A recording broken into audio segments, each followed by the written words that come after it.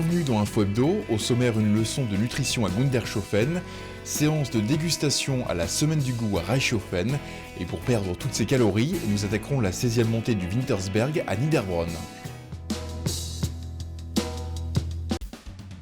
L'obésité, un sujet qui nous touche tous, et ceci dès le plus jeune âge.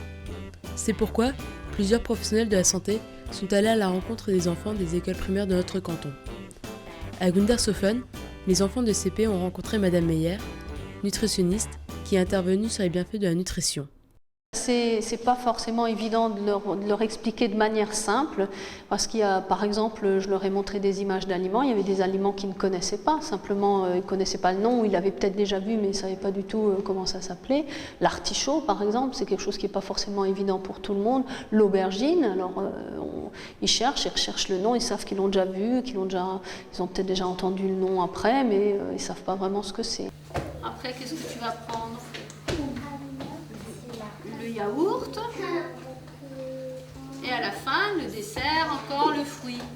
Ok, et puis toi, tu bois alors un jus d'orange. Le problème du poids dépend essentiellement de 3 facteurs, la génétique, l'alimentation et l'activité physique.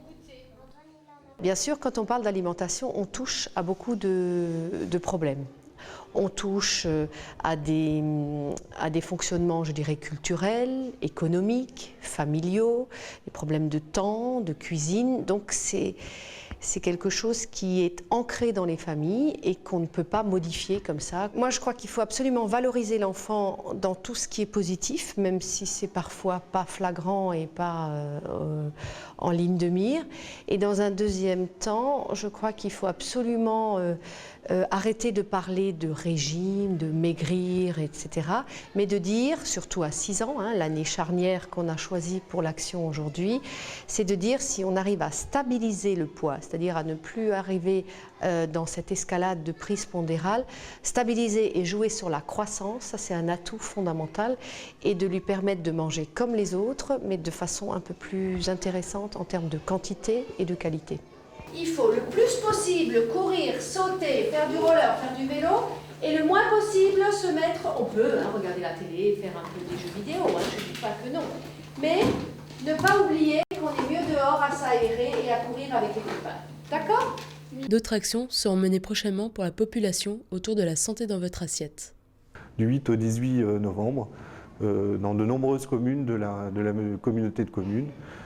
Et par exemple, la caisse primaire organise, elle, 3 expositions sur l'alimentation et la santé dans 3 sites à Niederbronn. Et que va-t-il se passer pendant ces journées ?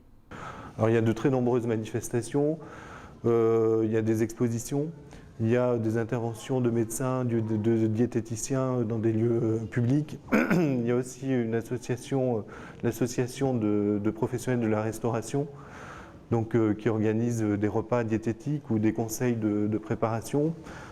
Mais aussi, pour aller plus loin, des projections de films à l'issue de repas diététiques. Toutes ces actions vont permettre d'améliorer les chiffres des derniers sondages qui montraient une augmentation de l'obésité chez les enfants.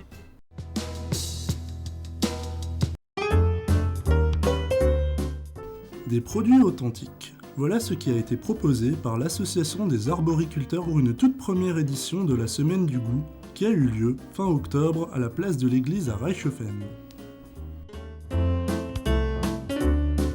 Jus de pommes frais pressés sur place, miel, noix, noisettes, soupe de potiron ainsi que des herbes ont été proposés durant cette journée.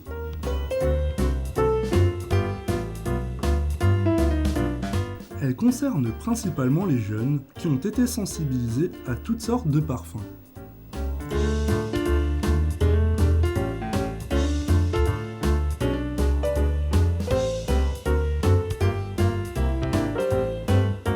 D'après les enfants, 2 sortes de goûts existent, le sucré et le salé. Malheureusement, leur goût est faussé par des exhausteurs qui faussent la saveur des fruits. Entre l'amer et le doux, il existe un panel qui reste flou pour eux.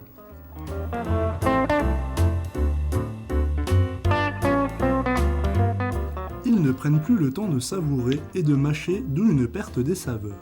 Cette semaine du goût mettait l'accent sur le fait de reprendre le temps de déguster. Ils sont parfois réticents devant la couleur, mais la curiosité de certains les pousse à goûter. Alors léchez-vous les papilles et n'oubliez pas que notre région est riche en fruits et en légumes.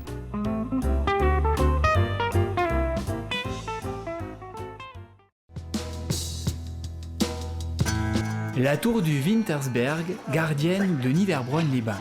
Chaque année, ils sont plus d'une centaine à l'esquiver, chacun à leur tour, sans lui offrir le moindre regard. Le souffle manque, la foulée se fait lasse. En gros, on subit l'effort. La tour du Wintersberg, pendant ce temps, observe ce drôle de spectacle. Jalouse du dédain affiché par ses visiteurs éclairs? N'y pensez pas, elle a donné son nom à la course, ça lui suffit. Mais revenons un peu en arrière.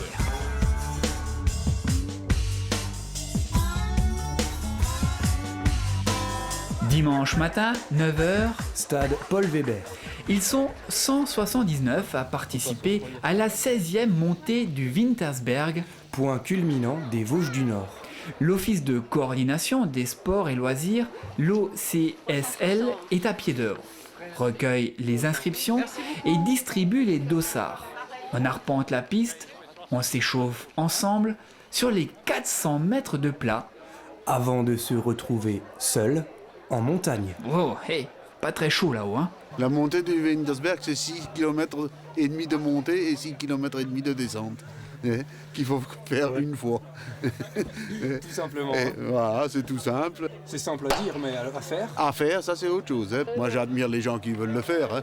Parce que c'est pas évident. Je le fais de temps en temps à pied, la montée comme ça, mais à courir, ça c'est encore autre chose. C'est autre chose. Mais les 179 coureurs ne semblent pas vraiment effrayés par la montagne à gravir. Les premiers avalent, paraît-il, les 6,5 km aller. Pareil au retour. Les 344 mètres de dénivelé de montée. Les mêmes en descente. En moins d'une heure. Le départ est donné. Et rapidement, un groupe se détache. Jean-Marc Dicher et Aurélien Jacot prennent les devants. Le premier, vainqueur du Trophée des Vosges 2007, devance logiquement le second au sommet, où le fan club de l'indétrônable Hirtz salue quelques minutes plus tard la performance du vétéran de la course. Dicher tiendra tête à Jacot jusqu'à l'arrivée. La boucle est bouclée en 53 minutes et 54 secondes. Au bout d'un quart d'heure, j'ai un peu détaché Aurélien et puis après il restait tous les deux vraiment à égale distance. C'est guère que dans les grandes descentes techniques que j'ai réussi à me détacher un peu plus. À un moment, je pensais inquiéter Jean-Marc Dicher. Mais bon, comme je sais que lui, il est quand même spécialiste de montagne. Non, deuxième, c'est bien, oui. Du côté des féminines, c'est Justine Bonneau, 19 ans, qui en 1 heure, 10 minutes, 35 secondes, est la première fille à passer la ligne. Très très bien, j'ai l'habitude des courses de montagne, j'en fais beaucoup chez moi, mais celle-là était vraiment super. J'ai adoré la descente, j'en avais jamais vu avec un pourcentage aussi important pendant si longtemps et c'était très très bien. Justine est aussi championne du sourire, la descente lui a plu, mais elle est peut-être la seule. Réaction du peloton. J'ai des crampes et c'était bien fatigant, surtout les descentes en fait. Non, c'est la descente. Enfin, pour moi, c'est la descente. Ça fait très mal aux articulations, la descente. J'ai eu du mal sur la descente. Pour la descente, un peu casse-patte là. Ça tape pas mal par terre. Une petite réaction? Oh là là, c'est dur. J'ai fait un semi la semaine dernière, je suis encore un peu fatiguée. C'est très dur comme course. C'est très rapide et le problème c'est au départ le goulet, on ne peut pas doubler, on est obligé de suivre le rythme des autres. Donc on est un peu pénalisé et après une fois qu'on est en haut c'est bon quoi. Non, la montée ça va, c'est facile, mais c'est la descente, ça fait très très mal aux jambes. C'est des bonnes crampes et des vraies. Avec presque 19% de pente en moyenne, on ne vient pas à la montée du Wintersberg comme on part en vacances. Mais ce qui fait sa renommée, c'est la beauté du parcours. Du plaisir, ils en ont quand même pris. Ils sont tous arrivés. Contrat rempli. Ah bah oui, vu que j'ai réussi, c'était mon objectif d'arriver à la fin. Je voulais faire moins de 1,15, j'ai fait 1,11, donc c'est bon, hein, largement bon. Bah, c'est très bien, j'ai fait 1h07, hein, c'est au-dessus du 10 à l'heure, donc c'est très bien. J'ai espéré les rattraper à la fin. Bon, ils avaient trop d'avance, donc bon, j'ai fini comme j'ai pu. Sinon, j'ai fait un temps correct, un peu mieux que l'année dernière. Donc, je me suis dit il devait faire beau aujourd'hui, donc un bon moment pour venir découvrir le site. La montée dans le sentier, là, super, dans le sous-bois. Puis les couleurs d'aujourd'hui, c'est magnifique. Hein. C'est une belle course, il manque un petit peu de gens sur le parcours pour aiguiller. Par moments, on est un peu en hésitation. Mais sinon, le site est joli avec la tour au sommet du Wintersberg, c'est chouette. Ah, enfin qui pense à elle. En ce qui nous concerne, nous avons bien cherché, nous en avons trouvé d'autres qui l'ont regardé. Ah ouais? Lesquels? Bah il suffit de regarder. Tiens, là le coup d'œil du Dossard 301 et puis celui du 253. Alors passons le message, coureur, au lieu de faire le coucou à la caméra, faites-le donc à la tour, ça lui fera tant plaisir. Bon ça va, ne perdons pas plus de temps. Il faut redescendre. En ce qui nous concerne, nous devons ranger les caméras. Nous reviendrons l'an prochain.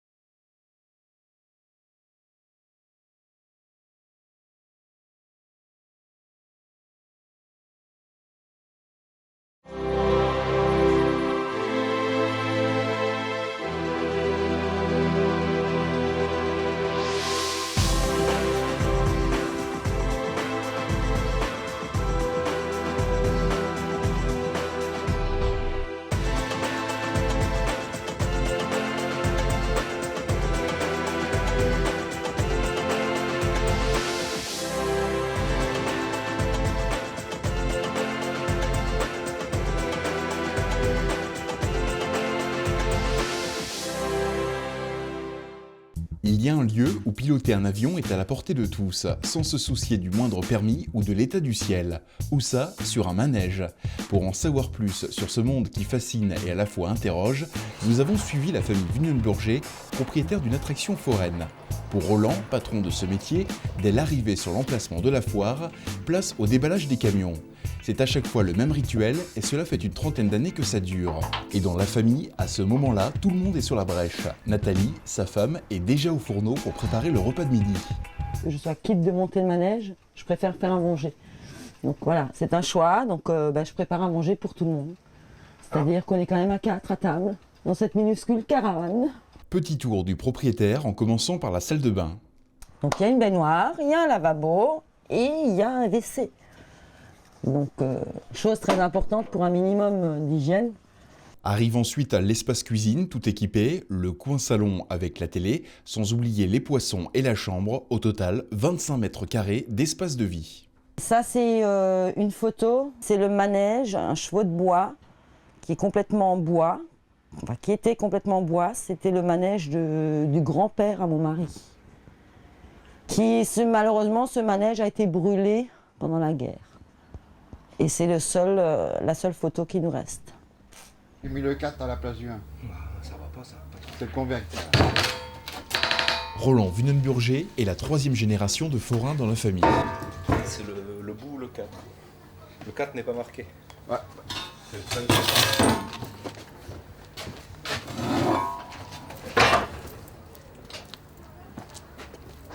Notre liberté, on la paye cher. En sachant qu'on est quand même beaucoup sur la route et voilà, on bouge quand même tous les 15 jours. Et pour faire la route, c'est tout un parc de poids lourds et de remorques qui accompagnent nos forains.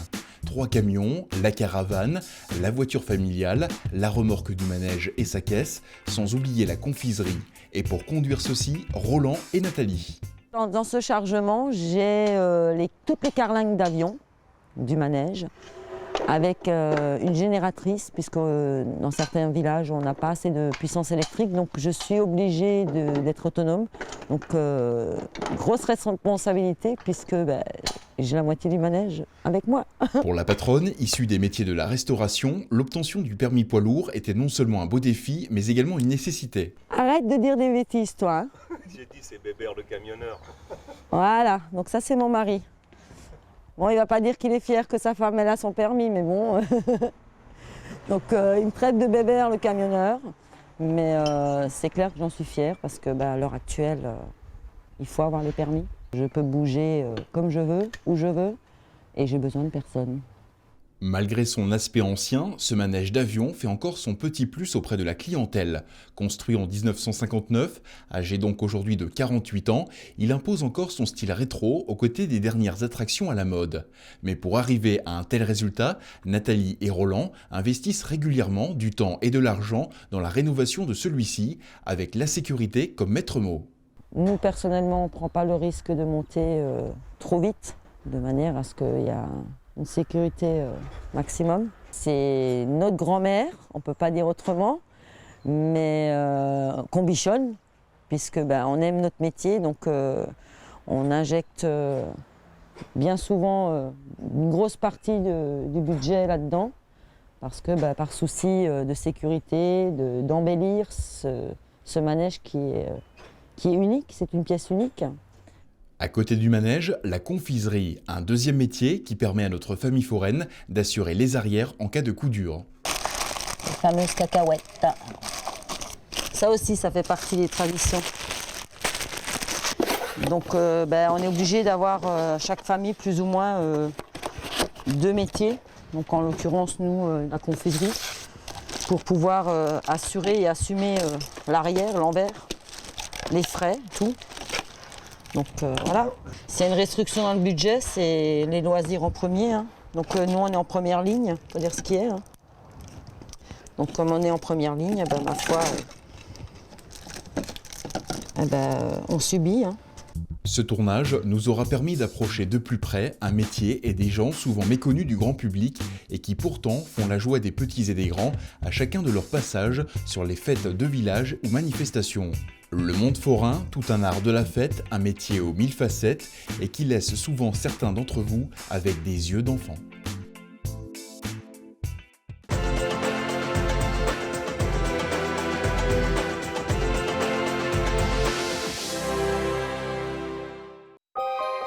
Les magiciens ont la cote. Si le 7e tome des aventures de Harry Potter sort cette semaine, savez-vous que vit tout près de chez vous un magicien, un vrai ? Il se trouve dans cette salle et ne va pas tarder à se manifester. Bonsoir.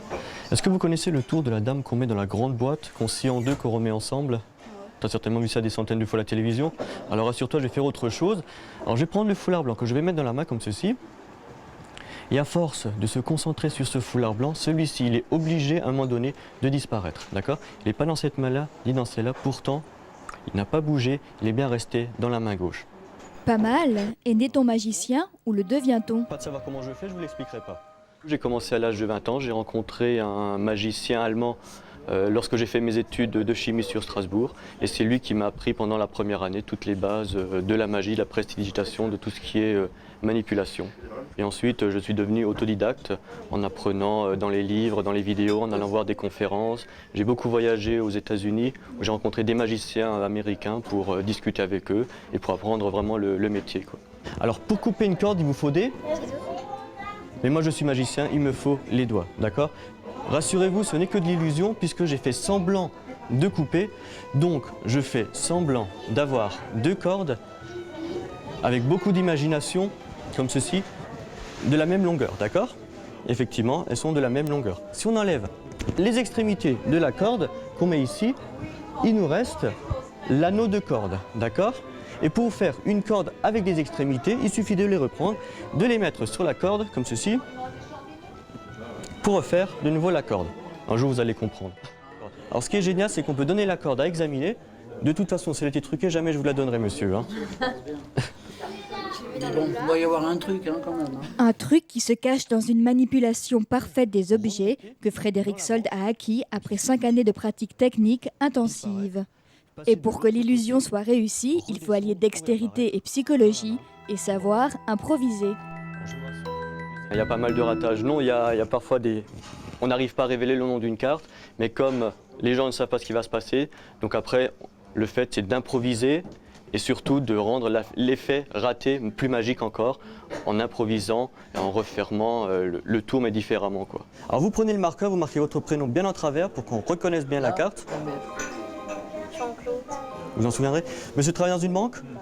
Alors votre numéro de compte en banque en Suisse, s'il vous plaît. Donc on a ici votre carte et essayez de sortir la carte de monsieur avec ma bouche. Je vais prendre le jeu, le mettre en bouche.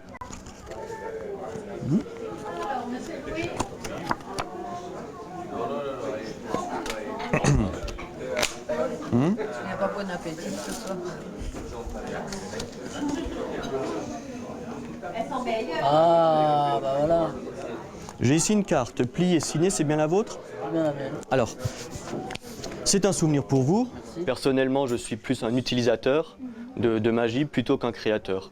Ça va des cartes au foulard, en passant par les pièces, les tours de corde. J'exerce dans différents lieux dans la région par des gens privés qui m'embauchent. Je travaille également pour le casino à Niederbronn. Je travaille pour des CE, pour des associations, pour des agents d'événementiel sur Strasbourg. Donc c'est beaucoup la participation des gens et vraiment pour que les gens s'amusent et passent une bonne soirée. Vous préférez laquelle? La bleue ou la verte? Ouais, vous avez bien la rouge. La rouge. Non mais c'est très bien. Cette rouge-là? Ouais, je fais attention maintenant. Quelle main, la droite ou la gauche? À droite. La droite. Vous me donnez votre main droite s'il vous plaît. Vous serrez la balle bien fort et cette fois-ci vous voyez bien la balle rouge. Alors je vais prendre la balle rouge, je vais la mettre dans la main comme ceci et lorsque les pouces se touchent, vous allez voir que les balles passent. Quant au secret du succès de Frédéric Sold, Ça se voit pas comme ça, mais je suis un grand timide. Ça m'a permis de sortir de cette timidité et justement d'approcher les gens, prendre plus de contacts. Et c'est vrai qu'avec ça, on essaye de créer tout un lien pour ensuite, après, se développer et puis se faire connaître par le bouche à oreille, qui est pour moi la meilleure publicité. C'est comme ça généralement que je fonctionne. Ils ouvrent et c'est un billet. 200. Parce que ça, c'est... Je sens que je vais bientôt avoir le fisc sur le dos. Hein.